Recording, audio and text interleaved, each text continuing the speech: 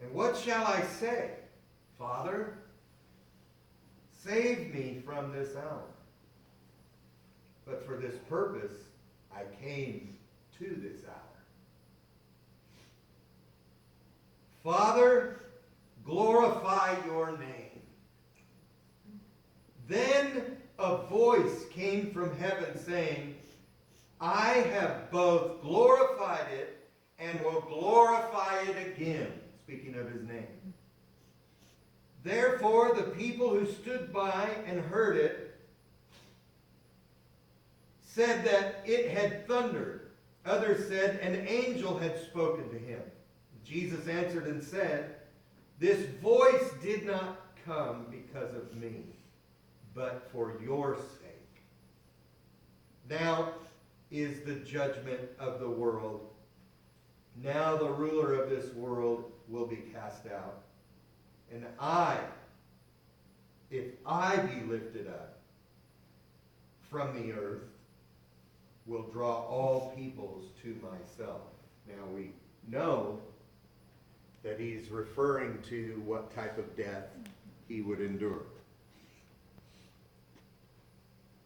He was also acknowledging that death that he would endure was not what grieved him. Now, I've told this before, that when Jesus went into the Garden of Gethsemane, I don't believe he was there grieving over the pain of having to go to the cross, because the Bible says, but for the joy that was set before him, he endured that suffering.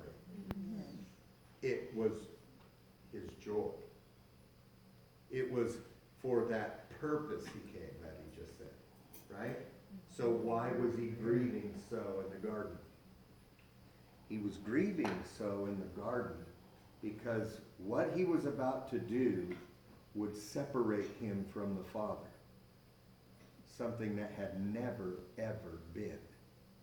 From eternity past, he had never been out of the complete presence of his Father.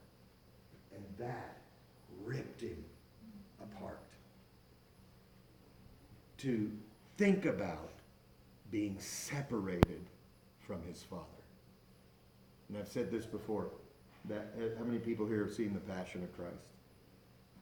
Do you remember that scene when Jesus was hanging on the cross? And the scene shifts and it goes to the Father looking down on his Son. And that tear drops. You see the image of seeing through that tear. As that tear goes down, hits the ground. That was referring to the moment that God had turned his back on his only Son. Separation. That's what grieved Jesus. Oh, that we would be that grieved to be out of his presence.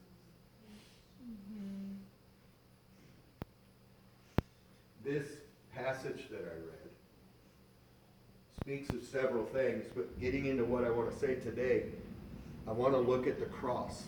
I want to look at the work of the cross. I want to look at the process of the cross.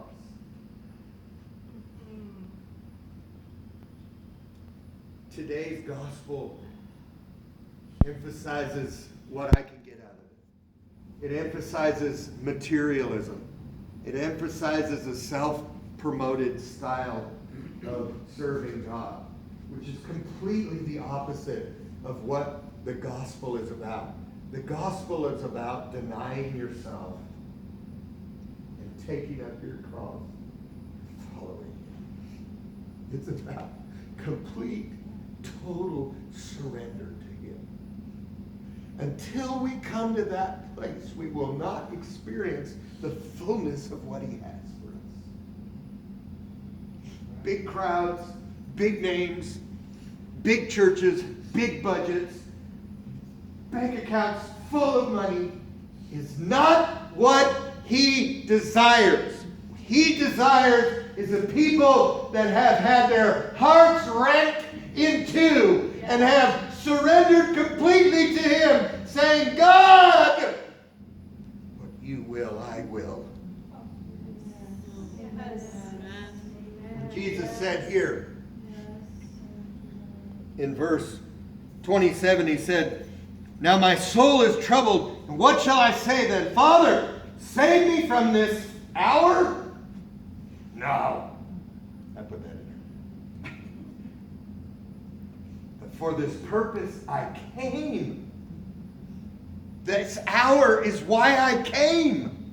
And then he says this. This just floored me when I heard the Holy Spirit open this up to me. He said, Father, glorify your name. You know what Jesus did right there? He went all the way. Yes. He said, Father, I'm yours.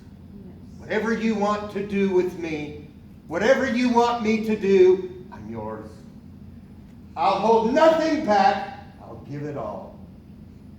So the message to us in this hour, surrender it all. Give it all. Lay it all down. The weaknesses, the frailties, the strengths, desires, the sin, everything. Lay it at his feet. He wants it. Because what he wants to do in us will bring us to a place of walking in the glory that the earth hasn't seen yet. A people that are walking in such glory and power that it cannot be denied they've been with Jesus.